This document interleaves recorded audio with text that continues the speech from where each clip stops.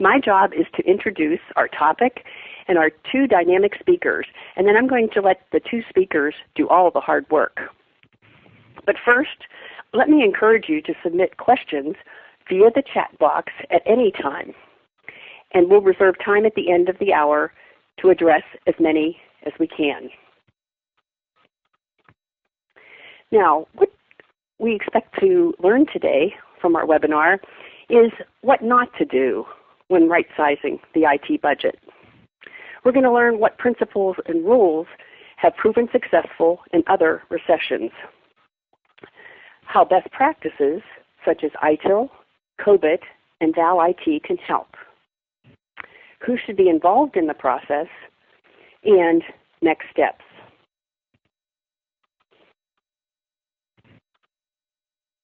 One of our two speakers is Dean Meyer from Ridgefield, Connecticut. Dean is one of the original proponents of running organizations like companies.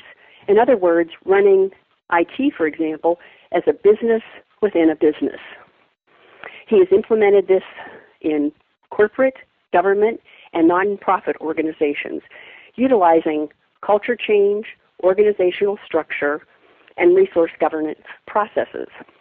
He is the author of 6 books and numerous articles and monographs, as well as the full cost maturity model. He coaches CIOs, and he invented full cost, which is the most advanced, comprehensive internal product service costing solution.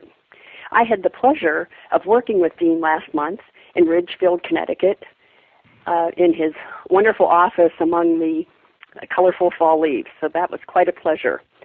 Welcome, Dean. Thank you, Gail. Hi, everybody. Hamid Nouri is a managing principal and co-founder of NAI. Now, prior to NAI, Hamid was with Gartner Group for 7 years in a senior leadership role. Hamid has ITIL V2 Master certification, as well as ITIL V3 Expert, and he is a certified ISO 20000 consultant. He has more than 28 years in the IT industry and has specialized in IT service management. He is also a member of the National ITSMF Chapter Leadership and X in Quality Initiative. I've had the delight of working with Hamid over the past 3 years on some various projects. Welcome, Hamid. Thank you very much, Gail. It's great to be here. Now, on to what brought you here.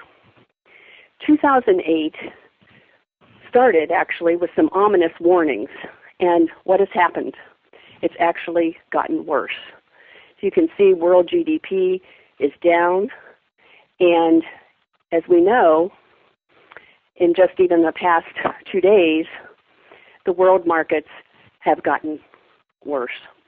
And the reality is we have tough times ahead. We know that Japan and Europe are already in recession. We have Forresters research, which was conducted second quarter '08, where 43% of firms have already cut their overall IT budgets for the year. 24% of firms have put discretionary spending on hold. Business Week and Fortune are telling us that this is the most significant economic downturn since the Great Depression. And what's key here is that it is a recession of unknown depth and length. And that is really what's hitting home and why today's webinar is specifically will address that situation. The reality is we will experience slower and negative growth in the next 12 to 24 months. Therefore, CIOs worldwide must adjust expenditures. So, Dean, let's start with you. What is your perspective on this tough situation, and what do CIOs need to do about it? Thank you, Gail. Well, as you said, I've been talking about running IT as a business within a business really since the early 80s.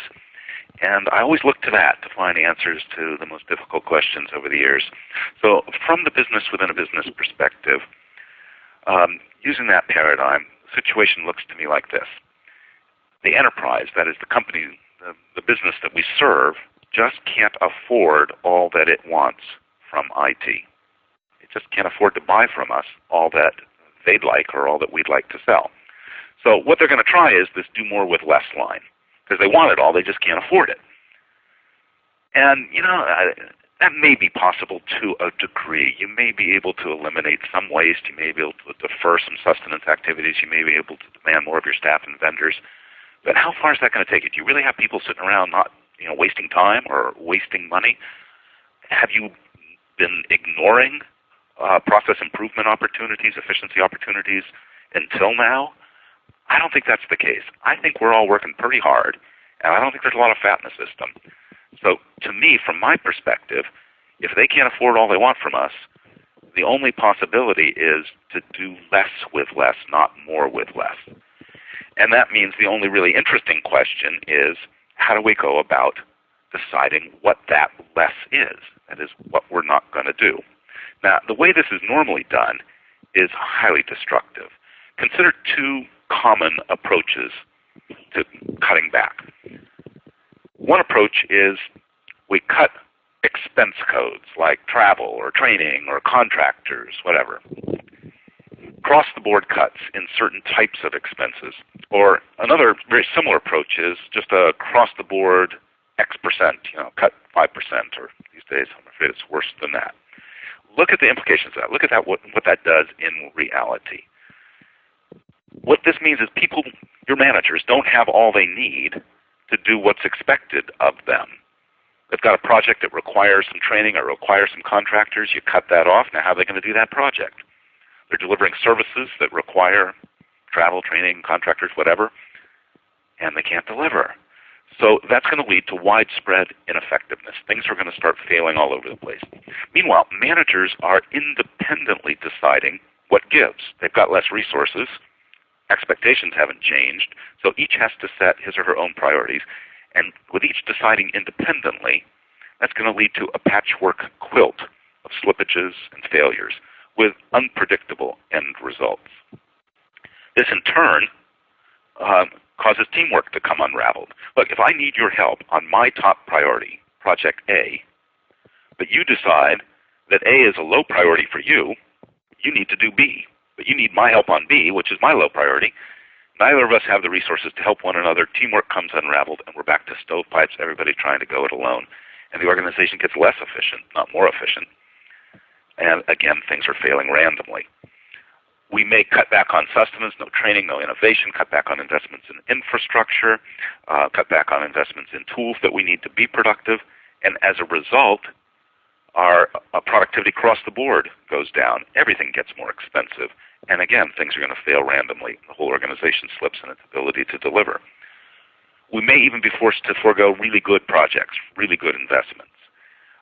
Particularly a new project. Let's say you've got a new project that offers really great returns, even immediate impacts on cash flow. Now, common sense would say, let's do it. Let's ante up the money to do something that's going to save a lot of money in the near future. But when you're in this kind of state of across-the-board cuts, you're not taking on anything new. So great near-term payoffs aren't going to happen. We're not taking on anything new when we can't deliver all that we've promised. So if you are under pressure as a CIO to do a cut, passing that down in the form of an across-the-board cut isn't going to work. You know this. You've done this in the past. It's really the lazy executive's way out, just to pass along to your managers and make them suffer. And it's highly destructive. So what else can we do? Another really bad idea, unwise approach number 2, does get executives more involved. Executives analyze the various functions within an organization such as IT and decide to eliminate entire functions or entire programs. For example, they might eliminate an entire support group or the entire client relations account rep function or an entire planning group.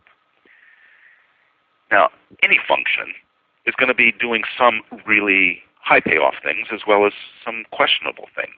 So when you eliminate the whole function, you're going to forego those high payoff things. You're going to miss some great investments, and that's a poor idea.